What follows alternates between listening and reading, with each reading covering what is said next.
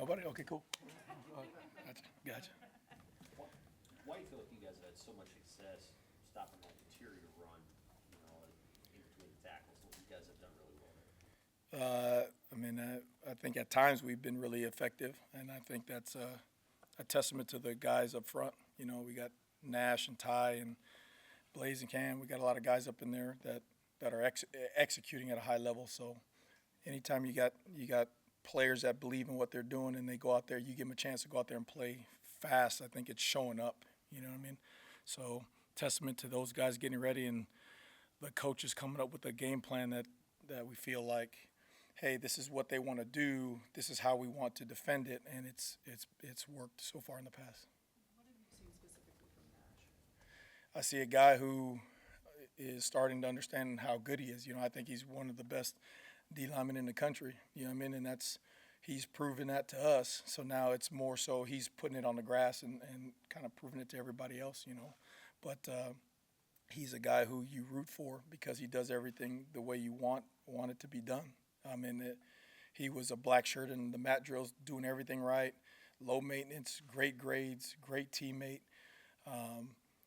He's one of the organizers. He had all of they all stay in the house, him and Lucas and all those guys stay in the house. And we had family dinner yesterday, and they organized where they finally, all of them brought their girlfriends and stuff over, and it was like amazing to be able to be with them, be with them and be amongst them. And that goes back to the whole entire process, not just being about the grass and being football players, but us all being in this thing together.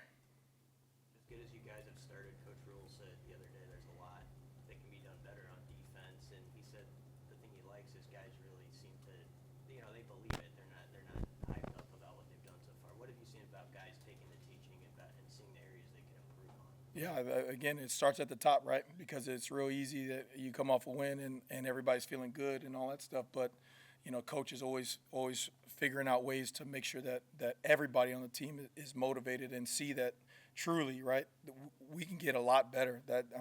Some of that stuff out there was ridiculous. And if we focus on that, on the process of playing great defense, play in and play out, everybody doing their job, then it shows up on the grass. And when it shows up on the grass, the guys, again, they believe. And then they believe more in the process. And then they put more feet to the grass of the process. And then, you're able to look after the season when we're said and done. And if we're a great defense then we're a great defense. But right now we're an improving defense. How do you see the pass rush right now and how it's growing as the season goes?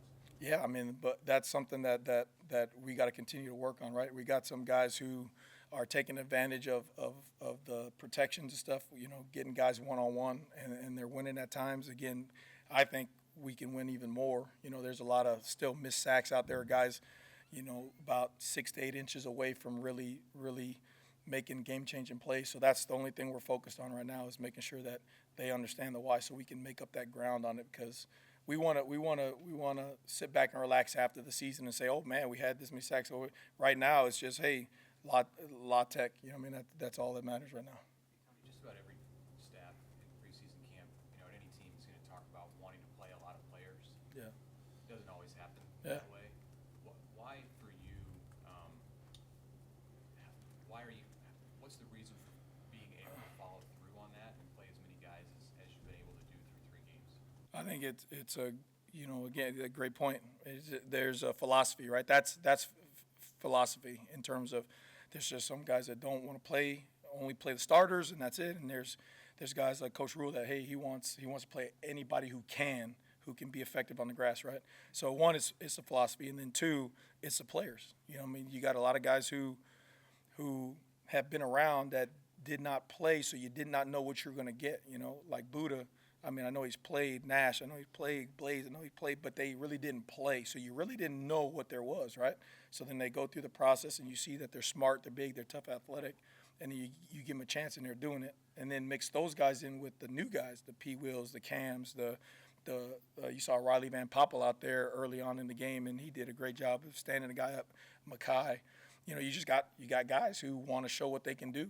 So they're putting in the work. It's up to us to make sure that stuff is simple enough for them to where they can see it, understand it, and then give them a chance on the grass. Because a lot of times, you know, you got really good players, but they don't truly know what to do. So then they go out there and they're making mistakes and they're playing hesitant, and then you're like, oh, see, he can't do it. He can't do it.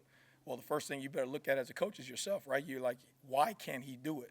And that's the first thing Coach Rhule is always honest about, like, well, why can't he do it? I don't care that we say he can't do it right now. Why can't he do it? And let's go back and fix it so that way we can. And again, it's all about those guys doing it.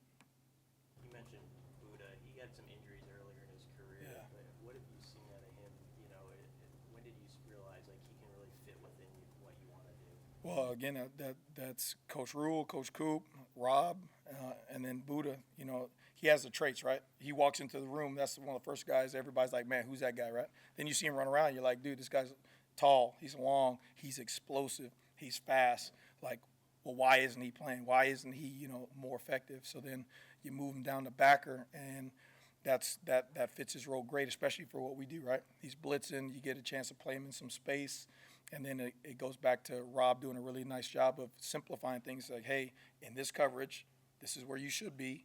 Have your eyes where they're supposed to be. And then now go let all that athleticism loose, you know. And so he's continuing to get better and better. He's still got a lot to improve on, but at least he's showing what he's gotten, and he's having fun doing it, so it's cool. What concerns you about Louisiana Tech?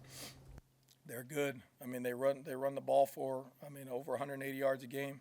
So I know for all this, they want to throw it all over the park, and, you know, they're really effective throwing the ball. Got a lot of formations. They got explosive wide receivers, multiple, but 6 is dynamo in there.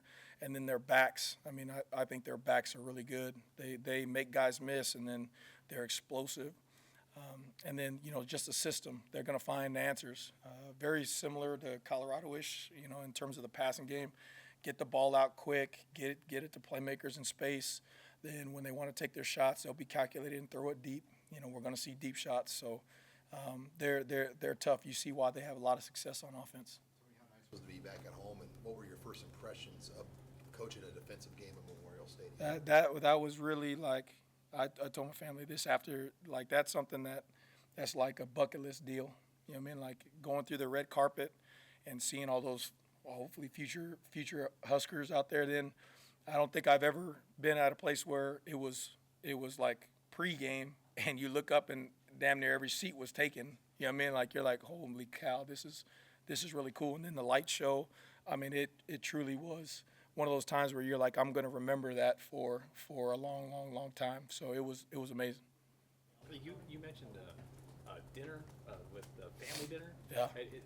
Is that uncommon? And who served what? What was on the menu? Oh, I have not. Coach Rhule's, again, you know, there's guys that coaches speak, and there's guys that actually do. And Coach Rhule's a big family guy and wants the families in this process because we're all in this together. So we had family dinner, you know, and the guys brought their girlfriends and stuff over, so you see them in a different light. You know, it's personal with, like, when they bring that other person, and, you know, they're all sitting at the table and you get to sit down and enjoy a meal and see what's important to them. You know, that makes it more special. As a matter of fact, we took a picture.